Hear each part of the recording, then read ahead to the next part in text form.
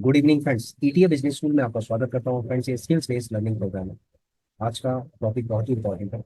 How bank बीज and gold बीज on our radar. ये हमारे रडार पे क्यों है, क्या कारण है? बैंक बीज और गोल्ड बीज का क्या बिहेवियर है अभी? ठीक है, आइए चलते हैं, हम कंपैरिजन करते हैं कि जो हाईएस्ट प्राइस है उससे अभी तक जो प्राइस है वो ज्यादा है या कम है। हम 15 के 15 ईटीएफ का देख लेते हैं और उसके बाद फिर गोल्ड बीज और बैंक बीज के बारे में हम चर्चा करते हैं। ठीक है फ्रेंड्स। तो फ्रेंड्स, ये है 15 ईटीएफ रेगुलर इनकम वाली शीट है। देखिए, एक चीज बड़ी इंपॉर्टेंट है कि ईटीएफ के अंदर जो होल्डिंग पीरियड है, ठीक है, किसी में ज्यादा हो सकता है, किसी में कम हो सकता है। लेकिन ये स्टॉक्स से इसमें कम वॉलेटिलिटी होती है। स्टॉक्स 40-40% तक नीचे गिर जाता है, 50-50% तक गिर जाता है। इवन मैंने बहुत सारे अभी स्टॉक्स देखे हैं जो 91% तक नीचे गिर गए। तो फ्रेंड्स, स्टॉक्स के अंदर बहुत ज्यादा रिस्क होता है। ईटीएफ के अंदर थोड़ा एज कंपेरेटिवली लेस होता है, लेकिन ये नहीं कह सकते नहीं होता है। देखो, ये हमेशा एक डिस्क्लेमर है। मार्केट के अंदर यदि आप काम कर रहे हैं तो आप रिस्क ले रहे हैं। ठीक है, आप रिस्क लेके, रिस्क मैनेजमेंट करके आप ऐसा करें। यहाँ पर जो आदमी रिस्क, जो इंसान रिस्क मैनेजमेंट कर कर जो पैसा कमाएगा, उसी के पास पैसा टिकेगा। और जो अंधाधुंध तरीके से रिस्क ले रहा है और आंख बंद करके काम कर रहा है, वो पैसा नहीं कमा सकता। फॉर एग्जाम्पल, यदि आप कोई स्टॉक ले रहे हैं और आपको उसके बिजनेस का नहीं पता है कि वो उसका बिजनेस, उसका प्रोडक्ट क्या है, उस कंपनी का, उस ऑर्गेनाइजेशन का बिजनेस मॉडल क्या है, उसकी बैलेंस शीट क्या है, कैश फ्लो क्या है, लाइबिलिटीज क्या है, बोरोइंग्स क्या है, एसेट्स क्या है, ठीक है, इन्हीं चीजों को देखते हुए प्रॉफिट लॉस क्या है, सेल्स क्या है, डिमांड क्या है इसके प्रोडक्ट की, क्या इनका प्रोडक्ट यूनिक है, क्या फ्यूचर में इनकी डिमांड है। तो ये सारी बहुत सारी क्वेश्चंस हैं जो क्वेश्चंस हमारे दिमाग के अंदर आते हैं और आने भी चाहिए। उसके बाद जब उन क्वेश्चंस का हमें जवाब मिल जाता है तो उसके बाद फिर हमें उस कंपनी के ऊपर इन्वेस्टमेंट करना चाहिए। आंख बंद करके कभी भी इन्वेस्टमेंट नहीं करना चाहिए। ठीक है, आप अपने इन्वेस्टमेंट एडवाइजर से अगर आप एडवाइस भी लेते हैं, उसके बाद भी आपको अपनी रिसर्च करनी चाहिए। कि जरूरी नहीं है कि उनकी एक्यूरेसी 100% हो, 90% हो। इवन कई एडवाइजर ऐसे होते हैं जिनकी 50% भी एक्यूरेसी नहीं होती, सर्टिफाइड होते हैं लेकिन कोई एक्यूरेसी नहीं होती। बस वो सिर्फ बैलेंस शीट को देखते हुए वो सिर्फ डिसीजन लेते रहते हैं। ठीक है, कई बार क्या होता है कि हमें प्रोडक्ट ये देखना चाहिए कि प्रोडक्ट क्या है इसका, उसका आगे कितना स्कोप है, उसकी जो मोनोपोली है स्टॉक्स की वो क्या है, उसके प्रोडक्ट की मोनोपोली क्या है, क्या डिमांड है इसकी। ये सब चीज़ों की जानकारी आपको होनी चाहिए। ठीक है, कई बार डेटा इधर उधर भी हो जाता है। जो डेटा दिखाई देते हैं वो होते नहीं है। कहने का मतलब ये है, मैं ऐसे नहीं कह रहा हूँ कि ये ट्रांसपेरेंट है। ये ट्रांसपेरेंट नहीं है, ये ट्रांसपेरेंट है। सिस्टम ट्रांसपेरेंट है, सिस्टम पे मैं कोई क्वेश्चन मार्क नहीं लगा रहा। मेरा कहने का मतलब ये है कि जो जियो पॉलिटिकल जो इम्पैक्ट पड़ता है किसी भी ऑर्गेनाइजेशन पे, वो इम्पैक्ट बैलेंस शीट के अंदर दिखाई नहीं देता। समझ लो, जैसे आज सपोज ट्रम्प ने कुछ बोल दिया, उसके बाद क्या हुआ, स्टॉक्स नीचे गिर गया। अब ये बैलेंस शीट पे थोड़ा ना दिखाई देगा कि ट्रम्प क्या बोलेगा भविष्य में, और फिर उसके बाद वो स्टॉक नीचे जाएगा। तो फ्रेंड्स, उसके लिए आपको अवेयर रहना पड़ेगा कि क्या जियो पॉलिटिकल सिचुएशन क्या चल रही है, न्यूज़ क्या चल रही है, क्या अपडेट्स हैं, और उस स्टॉक को लेके, उस ऑर्गेनाइजेशन को लेके क्या क्या न्यूज़ चल रही है। ठीक है, क्या क्या अपडेट्स है, ये सारी चीज़ें बैलेंस शीट में आपको नहीं दिखाई देगी। इसीलिए मैं कहना चाहता था आपसे कि डेटा आप देखिए, उसको चेक कीजिए, सब चीज़ें, क्योंकि उससे फंडामेंटल आपको पता चलेगा। बाकी चीज़ें जो होंगी, कुछ टेक्निकल चीज़ें भी होंगी, कुछ बिहेवियरल चीज़ें होंगी, साइकोलॉजिकल होंगी। तो बहुत सारी चीज़ों को मिला जुला के एक निर्णय लिया जाता है। वो निर्णय आपको लेना चाहिए। समझ रहे हो फ्रेंड्स? तो मैं ये कहना चाहता हूँ कि अभी जो सिचुएशन है, जो हाईएस्ट जो प्राइस था ना, ये हाईएस्ट प्राइस का कॉलम है। ये 15 टॉप 15 ईटीएफ है जो रेगुलर इनकम के लिए। इसकी एक मैंने गूगल शीट बनाई थी और आप लोगों को भी शेयर की थी। ठीक है, ये वही शीट है 15 ईटीएफ की। और इसके अंदर हमने दो कॉलम ऐड किए थे, जी और एच। ठीक है, ये दो कॉलम शायद पिछली सीट में ना हो, मैं दोबारा से गूगल शीट डिस्क्रिप्शन में शेयर कर दूंगा। तो आप कम से कम एज ए ट्रैकर आप इसको अपने पास रख सकते हैं। जैसे हाईएस्ट प्राइस जो PSU बैंक बीस का था 89 रुपीज पे गया था, आज ये 76 रुपये 50 पैसे। इसका मतलब है कि हाईएस्ट प्राइस से भी ये 16% नीचे चल रहा है अभी। समझ गए फ्रेंड्स? हाईएस्ट प्राइस से 16% नीचे चल रहा है। ऑटो बीस का भी सेम 16% 17% के आसपास नीचे चल रहा है। मॉल 100, मोतीलाल ओसवाल नास्डैक 100 ये चल रहा है 9% नीचे चल रहा है। हाईएस्ट प्राइस से 221 पे था, 202 पे चल रहा है। ITBs 32% चल रहा है, -32%। 49 रुपए पे चला गया था, आज 37 रुपए पे रेंग रहा है ये। गोल्ड बीज है, गोल्ड बीज अभी प्लस ही चल रहा है। ठीक है, कोई दिक्कत नहीं है। गोल्ड गोल्ड जो है उसने अपना ब्रेक कर दिया। ठीक है, इसके बारे में अभी चर्चा करेंगे। सिल्वर बीज -3% है पीक प्राइस से। डेवा बीज 19% माइनस में चल रहा है। CPSE -17% चल रहा है। बैंक बीज -4% चल रहा है। निफ्टी बीज -6% के आसपास चल रहा है। ICCI B22 -13% चल रहा है। इंफ्रा बीज -9% चल रहा है। जूनियर बीज -16% चल रहा है। मोर डिफेंस 16% चल रहा है। PNID ETF 16% चल रहा है। ठीक है, नीचे के हमने नहीं रखेंगे क्योंकि वो टाटा गोल्ड है, टाटा सिल्वर है और वो रियलिटी है। ये हमने एक एक्स्ट्रा कुछ सब्सक्राइबर थे उनके कहने पे हमने इसको रखा है, लेकिन ये अच्छा है। ठीक है, उनका फीडबैक था कि सर वो रियलिटी भी इस लिस्ट में होना चाहिए, तो हमने उसको रखा है। ठीक है। अब आप देख रहे होंगे कि एक ट्रैकर की तरह ये जो गूगल शीट है ये ट्रैकर की तरह काम कर रही है। अब ये बताइए, 16%, -16%। देखो 16% और 17% वाले बहुत है अभी। लास्ट के तीन तो ये समझ लो 16% माइनस में चल रहा है। फिर ICC B22 -13% के आसपास चल रहा है। CPSE -17%, -19% अपना डिवॉल्व भी चल रहा है। ठीक है, और PSU बैंक ऑटो बीस -16% चल रहा है। तो फ्रेंड्स अभी इससे ये पता चल रहा है कि अभी ETF का की जो सिचुएशन है वो अभी बहुत ज़्यादा खराब नहीं है, लेकिन हाईएस्ट प्राइस के हिसाब से जैसे मार्केट बिल्कुल एक हवा बन गई थी बैलून की तरह, और वो अभी खुश हो गया। तो बहुत सारे ऐसे ETF हैं। देखो जब हमारे ये टॉप क्लास के ETF की जब हालत इतनी खराब है, तो जो लल्लू पंजू जो ETF है उनका उनकी हालत क्या होगी। तो इसीलिए कहा गया है कि प्रत्येक ETF के ऊपर भी इन्वेस्टमेंट नहीं किया जाना चाहिए। देखो फ्रेंड्स, अगर आप बिना एनालिसिस के अगर किसी भी ETF के अंदर आपने इन्वेस्टमेंट कर दिया यूट्यूब वीडियो देख दाख के इधर उधर से कि भाई इसका स्कोप है, तो मैं कह रहा हूँ कि आपका पैसा ब्लॉक हो जाएगा। आप माइनस में नहीं रहोगे भविष्य में, लेकिन आपका पैसा काफी समय तक माइनस हो जाएगा। सपोज आपने 2 लाख रुपए लगाए, 1 साल तक आपका पोर्टफोलियो -19% चल रहा है या -18% चल रहा है। ठीक है, इसका मतलब है कि FD से भी बड़ी बदतर हालत हो गई। समझ रहे हो? FD से भी बदतर हालत हो गई कि पूरे साल भर तक आपका -19% चल रहा है। तो फ्रेंड्स ऐसा है, इसको देखना बहुत जरूरी है कि हमें किस ETF में करना चाहिए किस में नहीं करना चाहिए। ठीक है, अभी हमारे देखो वैसे देखा जाए तो हमारे रडार के अंदर जो सबसे ज्यादा माइनस होता है ETF उसको ही अपने रडार के अंदर रखा जाता है। जनरली ये जो जितने भी एक्सपर्ट है ETF के वो यही कहते हैं कि जो जितना ETF गिर जाएगा उसको आप उतना ज्यादा उठाते जाओ। उनकी बात सही है, क्योंकि एक दिन ऐसा आएगा कि ये जो ETF है जो बहुत ज्यादा माइनस है जिनमें आपकी इन्वेस्टमेंट है, ये आपको थोड़ा थोड़ा करके अगर आप इसमें इन्वेस्टिंग करते जा रहे हैं SIP कर रहे हैं, तो एक टाइम ऐसा आएगा कि ये आपको बहुत अच्छा सुनहरा अवसर देंगे प्रॉफिट का। समझ गए फ्रेंड्स? देंगे, लेकिन भविष्य में जब पेशेंस के साथ आप खड़े रहोगे। ठीक है, तो ये तो था डेटा जो मैंने आपको दिखाया कि हाईएस्ट प्राइस से अभी तक क्या डाउनफॉल है। अब आते हैं हम गोल्ड बीस और बैंक बीस में।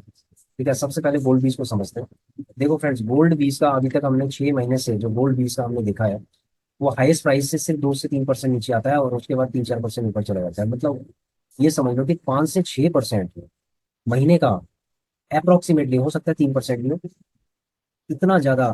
ये समझ लो कि ये इसका पिकअप है, गोल्ड गोल्ड बीस का पिकअप है।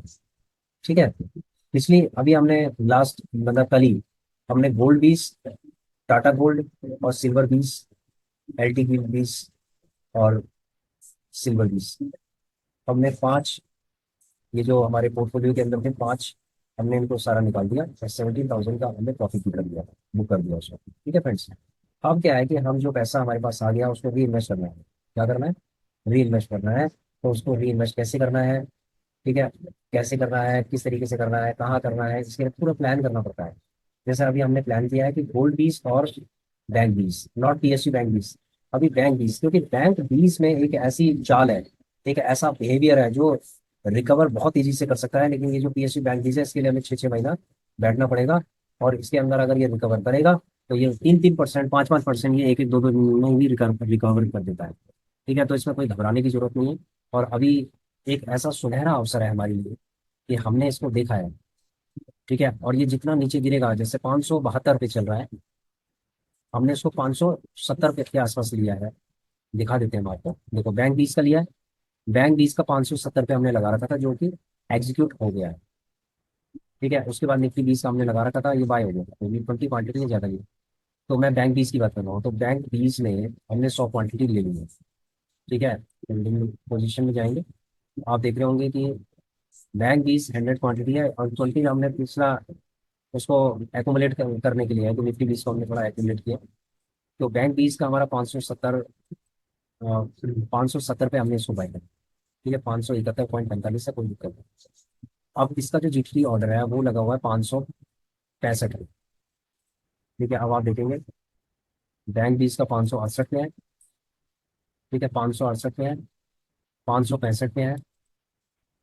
ठीक है, 565 पे, 560, 60 पे भी होना चाहिए, 55 पे है, 55 पे है। इसको हम 60 कर देते हैं।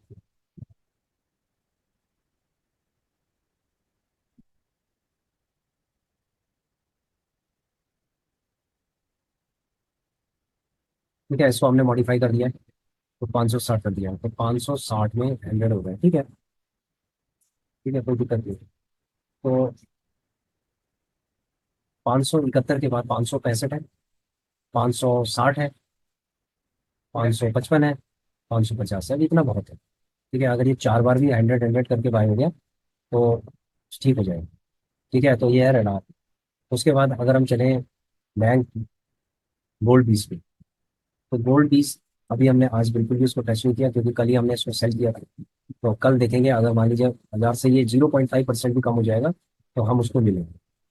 समझ गए फ्रेंड्स, तो उसको भी हम एक्यूमुलेट कर देंगे। तो ये रहा बैंक बीस और गोल्ड बीस का। अब क्वेश्चन ये है कि रेडार पे क्यों, देखो रेडार पे इसलिए है क्योंकि अभी मार्केट नीचे की तरफ है, बैंक बीस नीचे जा सकता है।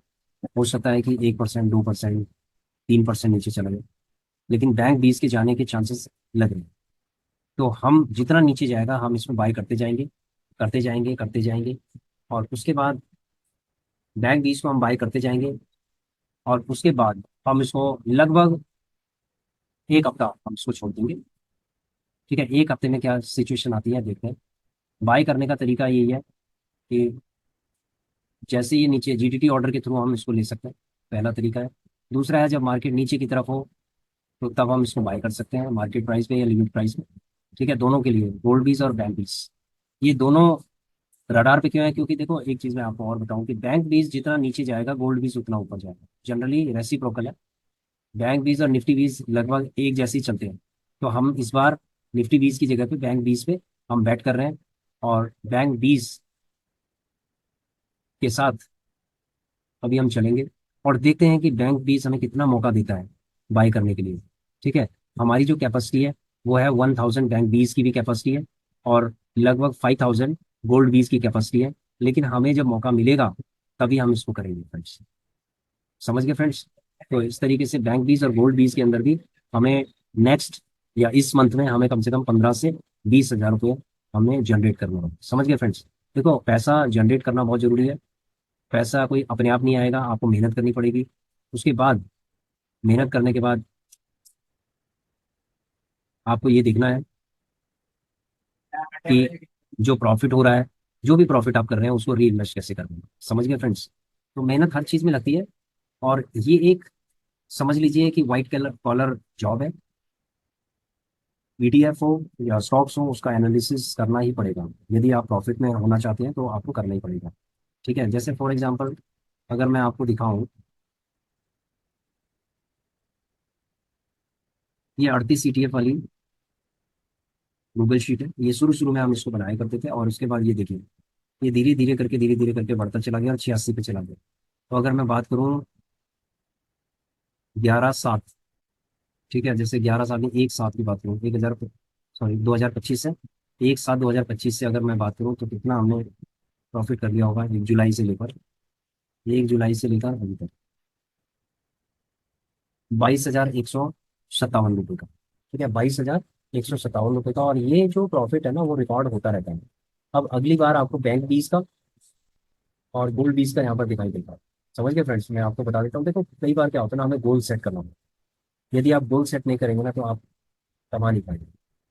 अब जैसे बैंक 20 है, तो बैंक 20 के अंदर हमने स्पेशली क्यों चुना है इसको, इसका कारण है। देखिए, अगर आपने मेरे पुराने वीडियोस देखे होंगे ना तो आप अपने आप समझ जाएंगे, कि चार्ट से समझ जाएंगे कि भाई क्यों हमने इसको रडार पे रखा।